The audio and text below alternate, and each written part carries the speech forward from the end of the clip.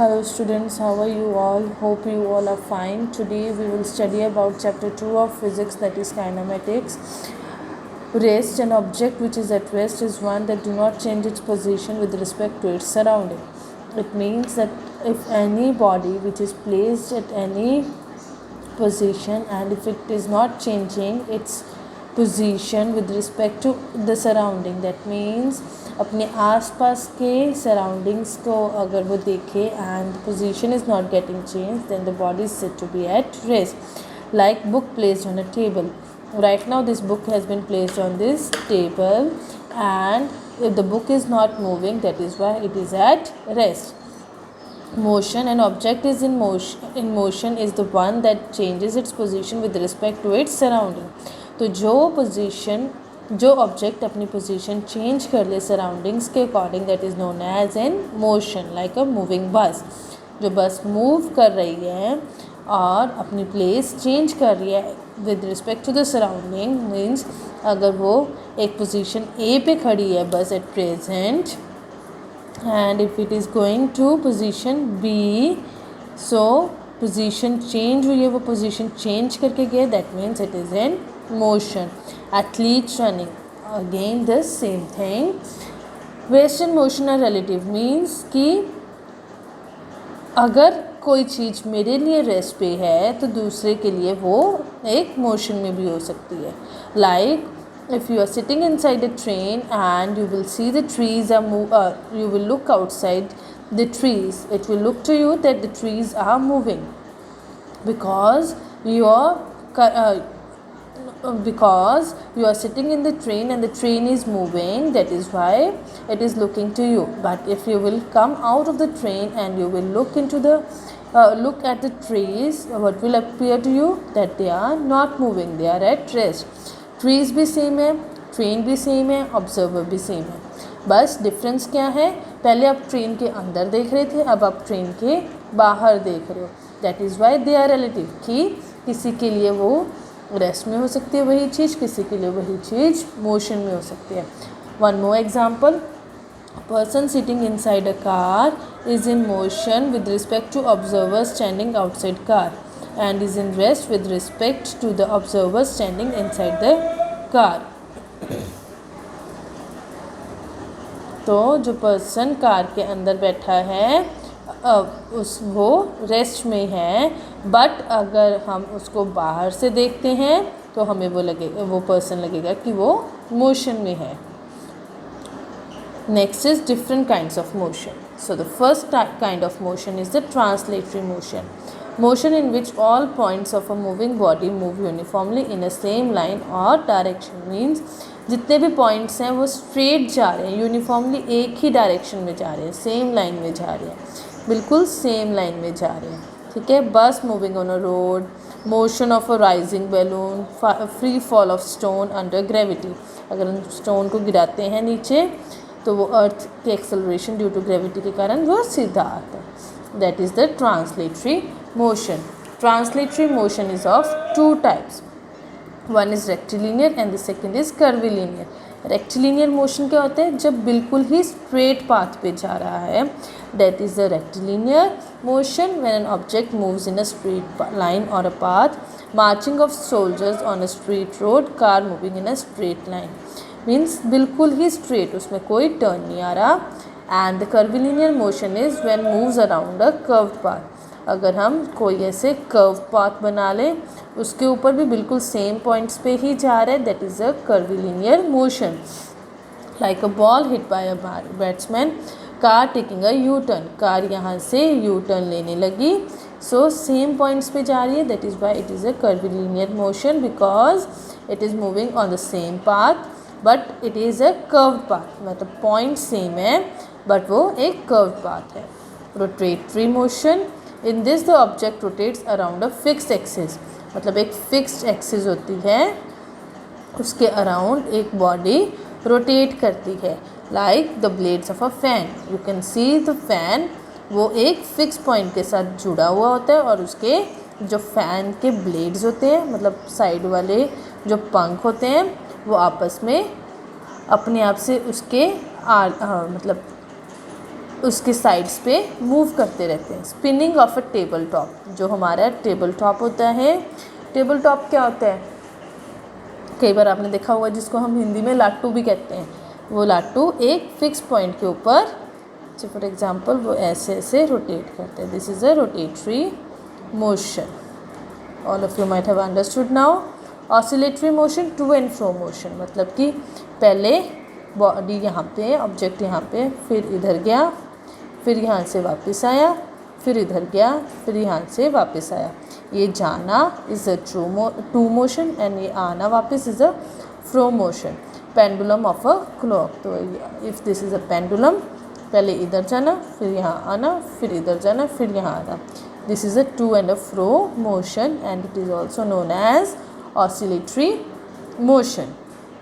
Next is a vibratory motion. When two ends are fixed and it is plugged, there is a to and fro motion. This is known as vibratory motion. Strings of a guitar. अगर से for example two ends fix हैं किसी चीज़ के और मैं यहाँ पे plug करूँ किसी चीज़ के साथ, मतलब ऐसे ऊपर नीचे करूँ, जो वाइब्रेशन प्रोड्यूस होएगी या to and fro motion produce होएगा, that is known as vibratory motion, like in a guitar. Next is a periodic motion. Periodic motion is a motion which repeats itself after a regular interval of time. मतलब एक interval दिया हुआ है और उस interval के बाद अपने आप से रिपीट करते हैं. जैसे you might have seen your watches after 1 hour, जब 60 मिनट्स हो जाते हैं अपने आप से जो हमारी क्लॉक के हैंड्स हैं वो 1 आवर आगे चले जाते हैं. Like in the school also अपने आप आफ्टर 35 मिनट्स और आफ्टर 40 मिनट्स बेल रिंग होती है and your period gets change. Like सुबह आपका स्कूल आने का time is fix and your going back to your home is fix. वो एक पीरियोडिक है, मतलब एक फिक्स इंटरवल के बाद वो रिपीट होता है. नेक्स्ट डे भी सेम टाइम है और उसके बाद भी सेम टाइम है, मतलब कि वो एक पीरियड बना हुआ है जो आपका रिपीट होता रहता है रेगुलर इंटरवल के बाद, कि आपको पता है कि नेक्स्ट डे भी हमें इसी टाइम पे आना है, उसके नेक्स्ट डे भी जाने का टाइम भी आपका एक फिक्स्ड इंटरवल के बाद ही आप जाते हो. डेज़ एंड नाइट्स, डे हर रोज़ सुबह डे भी फिक्स डे कि हाँ जी इतने बजे ही आएगा. थोड़ा बहुत सेकंड्स का फ़र्क पड़ जाता है, मिनट्स का फ़र्क पड़ जाता है, लेकिन फिर भी दैट इज़ ऑल्सो फिक्स्ड कि इतने इंटरवल के बाद वो रिपीट होना ही होना है. ऑसिलेटरी मोशन जो हमारा टू एंड फ्रो मोशन है वो भी एक पीरियोडिक मोशन है, बिकॉज वो भी एक फिक्स इंटरवल के बाद ही होता है. Non periodic which does not repeat itself after regular interval of time. Example the wheels of bicycle applying brake. तो जो मोशन हमारा रेगुलर इंटरवल ऑफ टाइम के साथ नहीं होता that is known as non periodic motion. जो जैसे if I am driving any vehicle and suddenly something comes in front and I have to apply the brakes, that is non periodic. क्योंकि मेरे को पहले नहीं पता था कि मेरे को ये ब्रेक्स लगानी है, बट सामने से कुछ आया जिसके कारण मेरे को ब्रेक लगानी पड़ी. That is Y that is the non periodic motion. Next is distance and displacement. What is distance? Actual path covered by a particle in a motion. Means say for example अगर आपको you are having point A and point B. So आपके पास कितने रास्ते हैं इसके पास जाने के? One is this. One आप ऐसे सर्कल काट के ऊपर से घूम के भी आ सकते हो, एक इधर से भी घूम के आ सकते हो, ठीक है. So there are 3. सो जो आपने एक्चुअल पाथ, अब आपकी मर्ज़ी, आप ऐसे घूम के जाओ यहाँ बी के पास, या इधर से ऐसे घूम के जाओ, या इधर से ऐसे सीधा चले जाओ. It is your wish. So this is the distance, कि कितना आपने एक्चुअली डिस्टेंस ट्रेवल किया, मतलब कितना आप चल के वहाँ तक गए हो, उस पाथ को कवर किया, that is the distance. But displacement क्या है? Shortest distance between the initial and the final position of a body. तो जो इन सभी में से सबसे शॉर्टेस्ट डिस्टेंस कौन सा है? This is the shortest distance. So this is the displacement, मतलब कि जो भी हम शॉर्ट डिस्टेंस लें एक बॉडी के लिए मूव करने के लिए एक जगह से दूसरी जगह के लिए, that is the displacement. But अगर हम चाहे लंबा रास्ता ले लें, बट जो हमने एक्चुअली रास्ता चले हैं, that is the distance. It is a scalar quantity, means कि इसमें we do not need any direction. It is a vector quantity. In this we need a direction also. Scalar means no direction,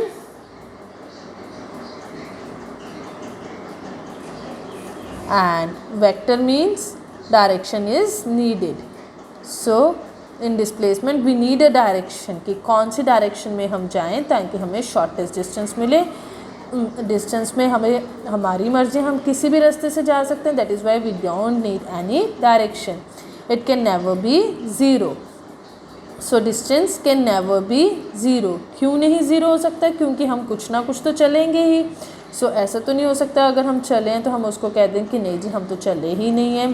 that is why it can never be zero. But displacement can be zero, like if you have moved from A to B and then again came back from B to A, both the things will get minus and you can get the answer as negative. Say for example, अगर आप 10 metre चल के गए थे और 10 metre ही वापस आ गए, so your displacement will be zero. So that is why displacement can be zero. but इसमें वो दोनों चीज़ें एड अप होके 20 मीटर्स आ जाएगा आपका. It is always greater than displacement. Since मतलब कि हमने हमेशा इसमें ज़्यादातर जो हमारा लॉन्गेस्ट रूट होता है या फिर कोई भी रूट अगर हम ले लें, किसी भी रूट पे हम जा सकते हैं. That is why it is greater than the displacement. इसमें it will be less than the distance. Like if say for example अगर मैं यहाँ A से B सेम ही पाथ पे गई हूँ, सो माई distance is 10 and my displacement is also 10. But I am again coming back to A position. That time what will happen? 10 plus 10 will be, here it will be 20 and here it will be 0. So distance is greater as compared to the displacement. अगर मैं यहाँ से A से B जा रही हूँ और B से A वापस आ रही हूँ, in that case my distance is greater as compared to my displacement. Next is slow and fast. Faster vehicles cover more distance in a given time than the slower ones. Fastness or slowness is measured in terms of physical quantity called speed. Faster vehicles will have higher speed. तो जब भी हम कोई भी vehicle देखते हैं उसमें we need some proper distance. मतलब अगर हमें कोई टाइम डिस्टेंस दिया हुआ है, से फॉर एग्ज़ाम्पल हमें A to B जाना है, हमें पता है कि हमारे पास दिस इज़ 10 मीटर और हमें टाइम दिया, and if we start calculating the time कि हमें इस डिस्टेंस को ट्रैवल करने में कितना टाइम लगा है, तो जो व्हीकल सबसे पहले पहुंच जाएगा that will be the fast vehicle, and जो लेट पहुंचेगा that will be the slow vehicle. Like an athlete is running a race, तो जो पहले कवर कर लेता है distance that is known as a winner also, और फास्ट भी वो रन कर होते हैं. लेकिन जो पीछे रह जाता है वो क्यों पीछे रहता है? Because his speed was slow, that is Y. So these both are measured in terms of a physical quantity known as a speed.